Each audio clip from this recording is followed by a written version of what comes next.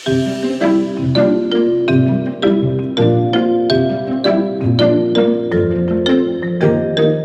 welcome to TransformGov, the digital government podcast with me, Maeve Kneafsey.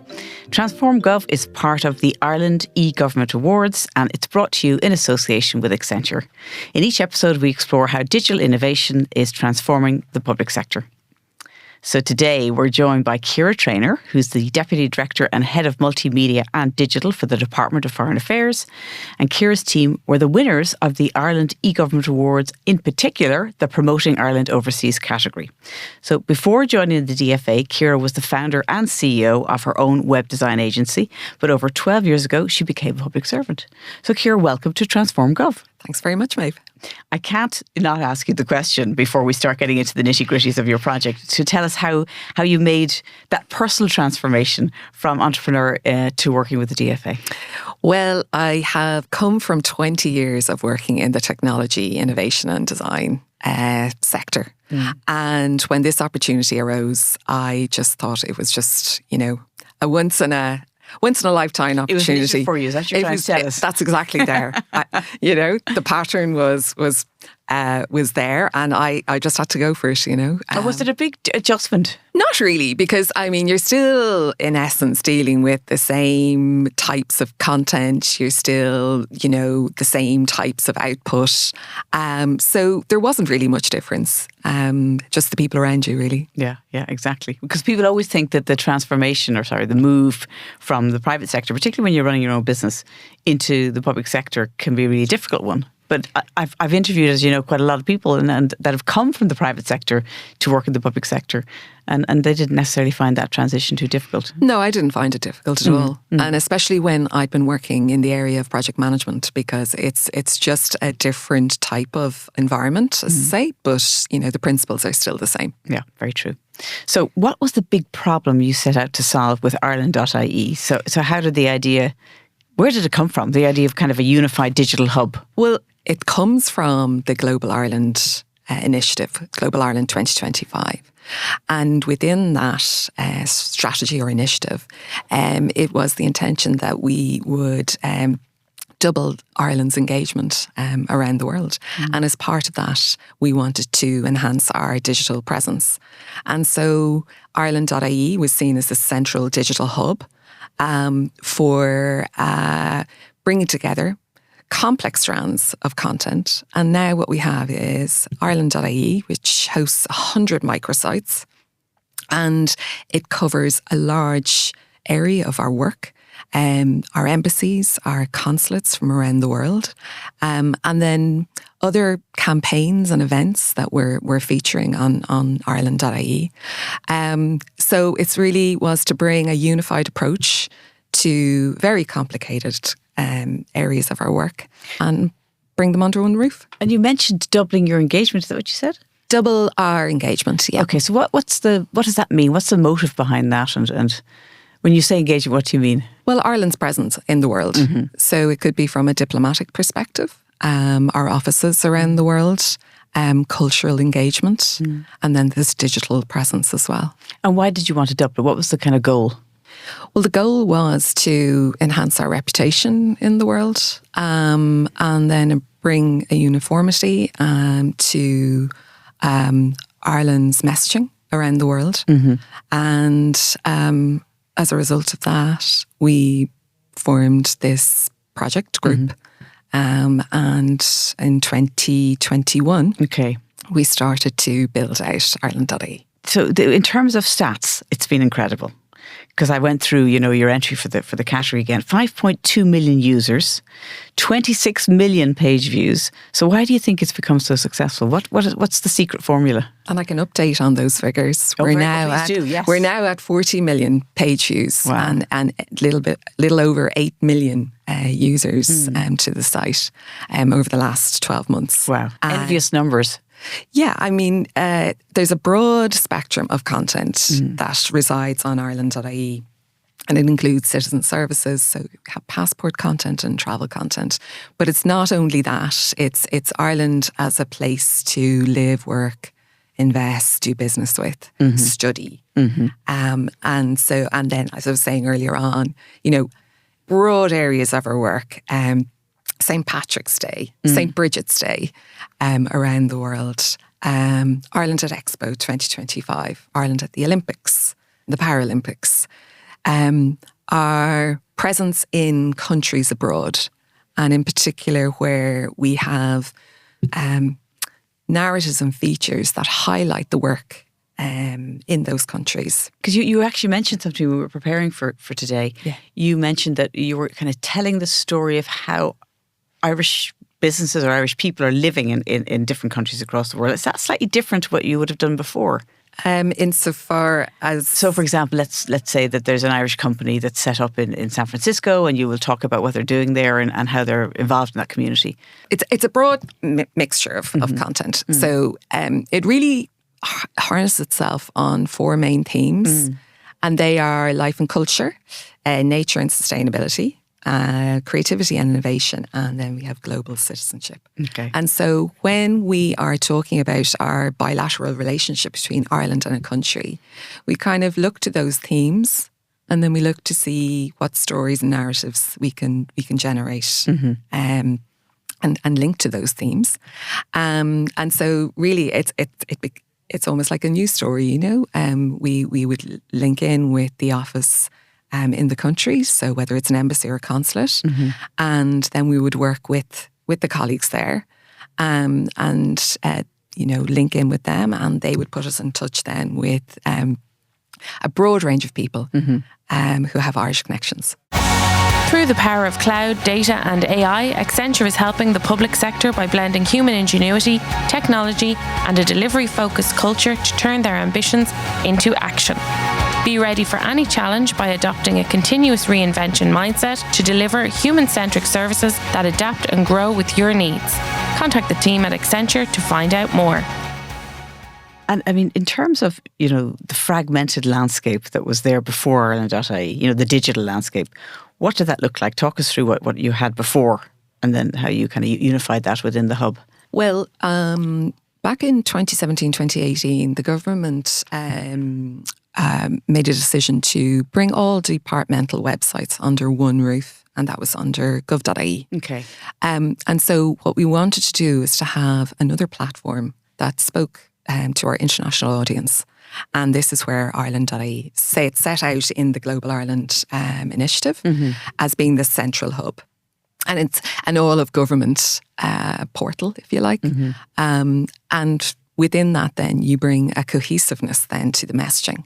And so we have 100 microsites living within that within the hub structure. Okay. Yeah. So it's quite a complex information architecture that has developed. And is that a reduction in terms of the number of sites that you had before? Ireland's diplomatic network around the world, we're at around about 98 now. Okay. So we have a website for every single embassy and consulate and office around the world. And then we have an area for our Irish Aid and then for the Department of Foreign Affairs itself. But then we have other areas of the site that link in with other departments and state agencies. And so what we are developing now is that second wave of content. Okay. We're working with those stakeholders. And in terms of, the primary audience for Ireland.ie, I know that's I know you've just told me there's a lot of different audiences, but who are the main audience? Well, or audiences? Audiences. Well, we have the domestic audience, and those who are looking for passports or travel advice, and those citizens maybe overseas, and they're looking again for some support, some consular support while overseas. Then you have Irish citizens in a country who might need to engage with our embassy and consulate network for a broad range of services. And then we have links off then to our state agencies and other government departments. And in terms of, I always want to ask this when I see something this big, what's the most popular content? What are the most visited sections? Well, passport and... Yeah, because you mentioned passport. Yeah, that's passport the big content. One. Yeah, that would be a big one. And, travel advice. And then services for citizens overseas. But then there's other calendar moments, I would describe them as, over the course of the year, where that would be it would drive traffic to the site. So St. Bridget's Day, St. St. Patrick's Day. Yeah, exactly. So and again, like that, there's constant output in terms of the narratives and articles and features that are published on the site, and so it's all dependent on the scale of that, and Through the power of cloud, data and AI, Accenture is helping the public sector by blending human ingenuity, technology and a delivery-focused culture to turn their ambitions into action.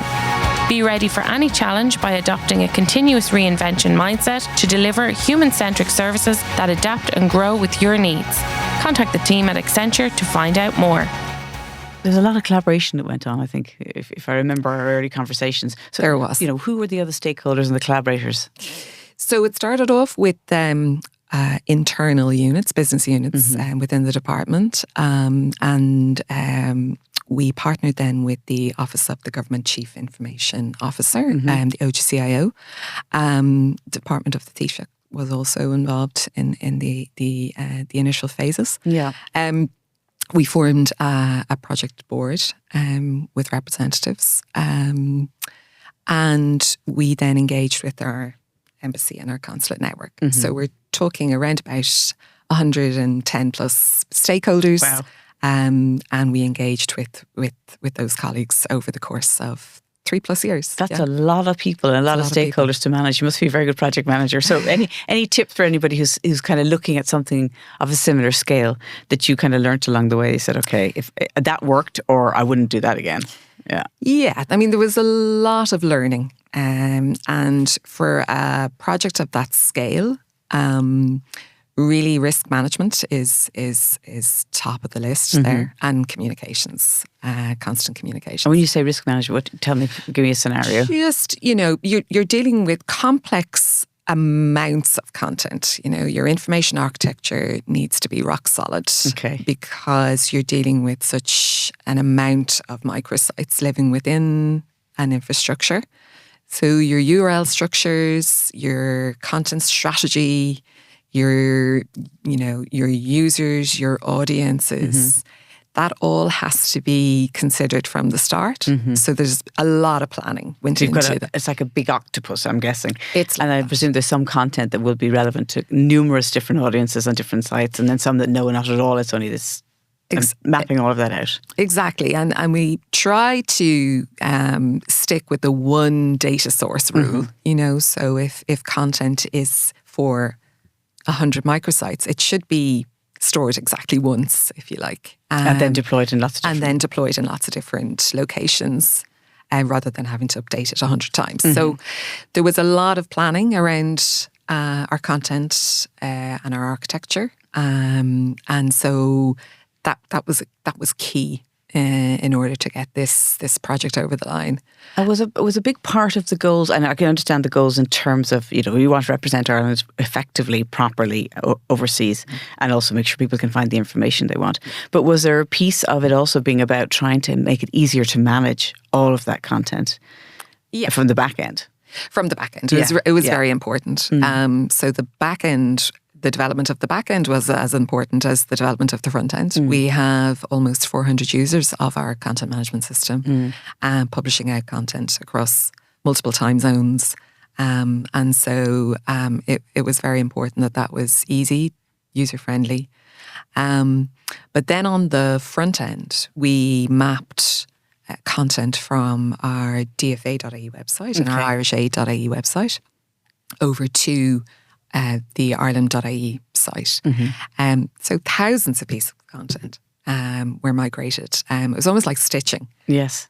We literally, ensured that content that was popular was migrated to its new location on Ireland.ie. That was a huge part of our strategy. Yeah. I know when we spoke to Joe Nugent, who was involved in the first citizen information website, he said that they really tried extremely hard to have plain English and to have guidelines around that. And then really to rewrite a lot of the content and have almost a common set of headings, if you like. Yeah. Did you have that kind of approach, or did you say, look, we just leave well enough alone and we'll deal with that later? Or how did you approach that? No, we tried to tackle that from the very start.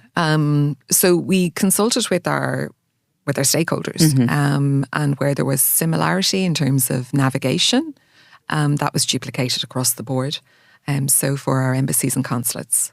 And there are a number of reasons behind that. But in particular, where you want to have a situation where you don't have a different look and feel every time a user goes to visit an embassy or consulate website, that there's uniformity to how that's presented. But then for the colleagues who manage the content, if they're moving from location, Which happens, that they would have that consistency in terms of how the content is managed. And then there are our business units at headquarters who would manage content as well.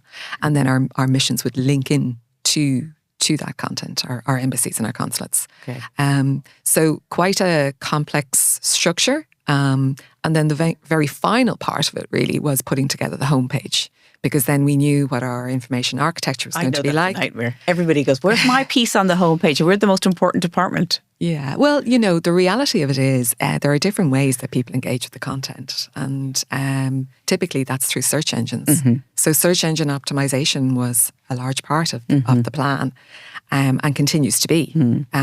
It's embroidered in everything that we do. So we're looking at it from a different perspective all the time. Some of it through the homepage, through navigation, some of it through search engines, and then some of it through social media, pointing to specific locations. And did you, I'm just going to bring you back a step slightly. So we were talking about your guidance, if somebody was taking on a project like this. So you had, I think, 100 stakeholders you had? Yes. How do you just manage that? I mean, and get people to stick to deadlines and agree things. I mean, there must have been a lot of ways of dealing with that. There's a lot of communication, but it's not the first project that has engaged with our network, and so you have points of contact in each location. We have a program management office and a program oversight board who manage these complex or help manage these complex projects and oversee these projects. And as a result of that, there are deadlines to be met, and that results in tasks and milestones and reporting. And as a result of that, then you really strive to achieve that within the time frame that's been set. But the project management principles that were applied to this were, they were so essential. Yes. So what did you apply? You use an agile? Agile, yeah, an agile approach. And really, that's so important, especially where you kind of plan out and you can say, I will have X by Y date. But the reality of it is, for a lot of our colleagues, that other priorities might take hold, and something has to be delayed, and that's understandable. And I think once that's understood, that there is flexibility, then you can achieve such a complex project. But communication is key. And you use Microsoft Azure DevOps. I remember you were telling me about that, and you said that was really critical. So tell us a little bit about that. Yeah, that was, and in particular with our partnership with the OGCIO, with developers, whereby the team had a very clear understanding of what we wanted certain functionality and features to look like within the site. And then just before we get into that, what role did the OGCIO play? They were the technical partners. Okay. So they managed the content management system and the development around the content management system. And they helped with some of the design. And other parts of the design was within the team in the department. And we used this DevOps system to try and put down in words what we visualised functionality and features to look like on Ireland.ie. And so each and every component was broken down into accepted criteria or acceptance criteria, so that we could test that once it was received back. And components made up pages.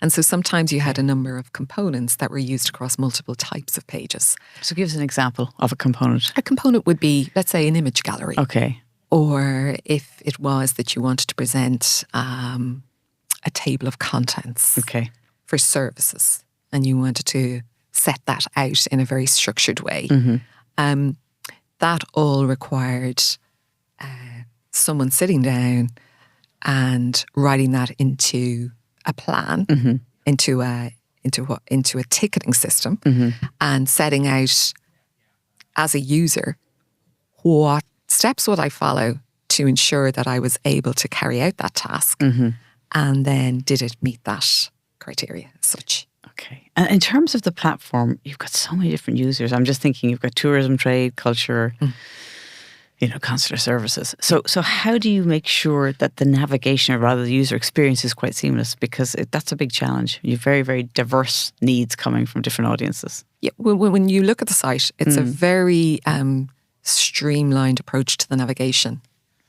And that's really helped with how we've managed that content and how we've presented that content. The data will tell us that people are not coming into the homepage to look for information related to a specific country. They will actually search online for that information. And so we have to look to where the users are engaging with our content, and then make it as easy as possible for them to find that content. And have you got any good feedback from users? Any kind of resounding approval?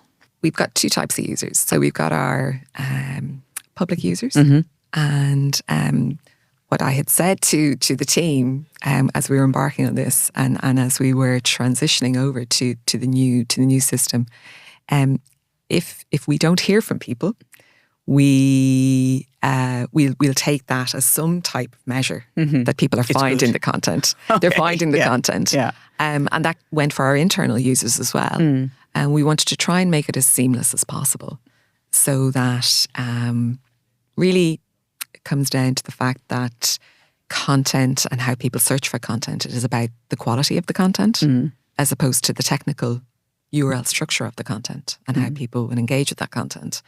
And that's what we can see in terms of the data.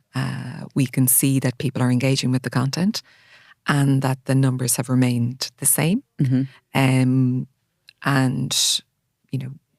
as a result of that, then we make improvements if there are.